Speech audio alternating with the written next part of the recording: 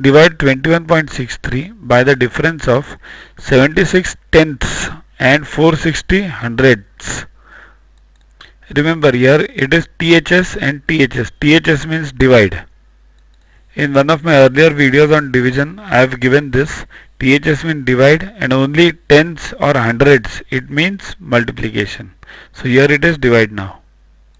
76 tenths means 76 divided by 10. So whenever you remove any 0 from denominator, you shift the point to the left. So it becomes 7.6. Check my earlier video on this. That will give you a clearer concept. Similarly, 460 hundredths means 460 upon 100.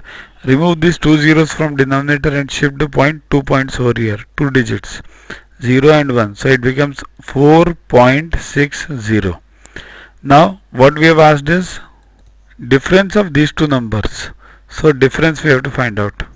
7.6 minus 4.6. This 0 you can forget now because it's on the extreme right. So just subtract this, you get 6 minus 6 0, 7 minus 4 3. So 3.0 equals to 3. But the question is we have to divide 21.63 by this difference. So divide now.